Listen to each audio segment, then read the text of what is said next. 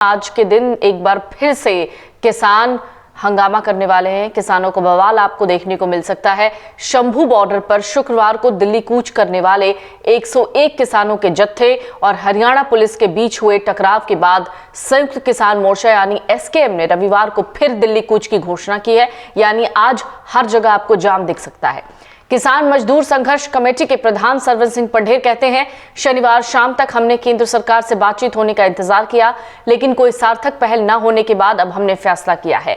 101 किसानों का दूसरा जत्था रविवार दोपहर 12 बजे शांतिमय ढंग से पैदल दिल्ली के लिए कूच करेगा। यानी 12 बजे से जो वक्त होगा दिल्ली के लिए और बॉर्डर के लिए वो बहुत ज्यादा महत्वपूर्ण रहने वाला है। घर से निकलने से पहले आप एक बार ट्रैफिक पूरा देख लीजिएगा। पंढेर ने सवाल किया, कहा पहले केंद्र और हरियाणा सरकार ने शर्त रखी थी कि अगर किसान बिना ट्रैक्टर ट्रॉली के दिल्ली जाना चाहते हैं तो उन्हें नहीं रोका जाएगा।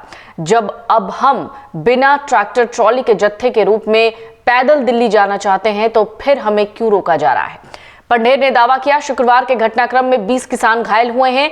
केंद्र और हरियाणा की जो सरकार है उन्होंने किसानों के साथ जो किया है उससे उनका चेहरा बेनकाब हुआ है।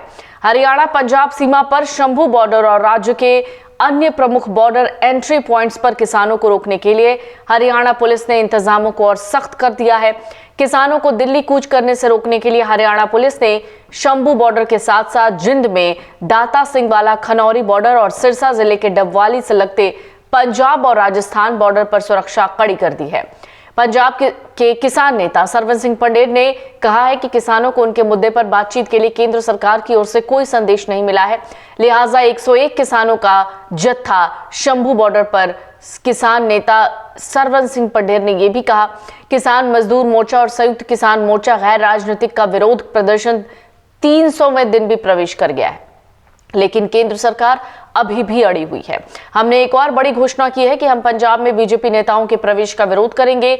पंढेर ने कहा कि हमको यकीन है और कि सरकार आगे आने वाले दिनों में जरूर सुनेगी अगर यह आंदोलन और उग्र होता है तो। उन्होंने कहा कि हम यकीन नहीं, लेकिन हमने सुना है कि सैनी यानी हरियाणा के सीएम नायब सिंह सैनी और गडकरी जी अमृतसर जा रहे हैं। हम पंजाब के किसानों के राज्य में उनके प्रवेश का विरोध करने का आह्वान करते हैं। उन्होंने कहा, संसद में सत्ता पक्ष और विपक्ष दोनों राजनीति कर रहे हैं। जिन राज्यों में इंडिया गठबंधन की सरकार है वहां भी किसानों की हालत ठीक नहीं है। आम आदमी पार्टी पंजाब में क्या कर रही है? उन्होंने बताया उनकी राहुल गांधी से कोई बात नहीं हुई है, पंजाब के अधिकारियों से बात हो रही है। शनिवार को पंजाब हरियाणा सीमा पर शंभू में मीडिया को संबोधित करते हुए सरवन सिंह पंढेर ने कहा कि हरियाणा के सुरक्षा कर्मियों द्वारा आंसू गैस की गोली दागे जाने के कारण 16 से ज्यादा किसान घायल हुए हैं। इनमें से एक की सुनने की क्षमता चली गई है। उन्होंने कहा 4 किसान घायल हुए हैं, जिनको छोड़कर बाकी को अस्पताल से छुट्टी मिल गई है। उन्होंने ये भी कहा है कि हमें बातचीत के लिए केंद्र से कोई संदेश नहीं मिला है। नरेंद्र मोदी सरकार बातचीत के मूड में नहीं है। उन्होंने ये भी कहा, संयुक्त किसान मोर्चा गैर राजनीतिक और किसान मजदूर मोर्चा ने पहले ही फैसला कर लिया कि 101 किसानों का एक जत्था रविवार दोपहर 12 बजे को शांतिपूर्ण तरीके से फिर से राष्ट्रीय राजधानी की ओर मार्च करेगा। हरियाणा के सुरक्षा कर्मियों द्वारा लगाई गई बहुस्तरीय बैरिकेडिंग के कारण जत्थे को रोक दिया गया। निषेधाज्ञा को अनदेखा कर किसानों ने अवरोधकों को पार करने की कोशिश की, लेकिन सुरक्षा कर्मियों ने उन्हें रोक दिया और आंसू गैस के कई गोले दागे थे ताकि वो पंजाब में पड़ने वाले शंभू में अपना विरोध स्थल पर वापस चले जाएं। प्रदर्शनकारी किसानों के खिलाफ सुरक्षा कर्मियों की कार्रवाई पर पंढेर ने कहा, केंद्र की बीजेपी सरकार का पर्दाफाश हो गया है। पंढेर ने कहा, उन्होंने कल क्या किया, लोग इस कार्रवाई से नाराज हैं। लोग बीजेपी से पूछ रहे हैं कि चूंकि किसान अपने साथ ट्रैक्टर ट्रॉली नहीं ले जा रहे थे तो उन्हें आगे क्यों नहीं बढ़ने दिया गया।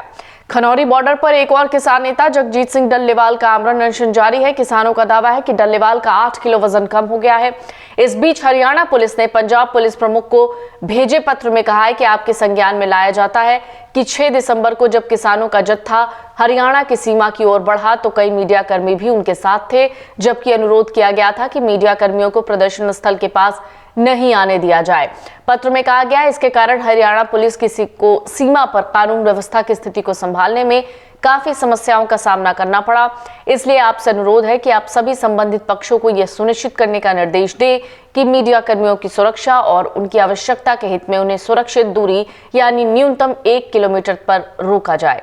एक समूह 8 दिसंबर को दिल्ली की ओर मार्च करेगा। शुक्रवार को पंजाब हरियाणा सीमा पर सुरक्षा कर्मियों द्वारा आंसू गैस के गोले दागे जाने के कारण कुछ किसानों के घायल होने के बाद प्रदर्शनकारी किसानों ने राष्ट्रीय राजधानी की ओर अपना पैदल मार्च स्थगित कर दिया था। किसान न्यूनतम समर्थन मूल्य यानी एमएसपी के लिए कानूनी गारंटी समेत विभिन्न मांगों को पूरा करने का दबाव बना रहे हैं।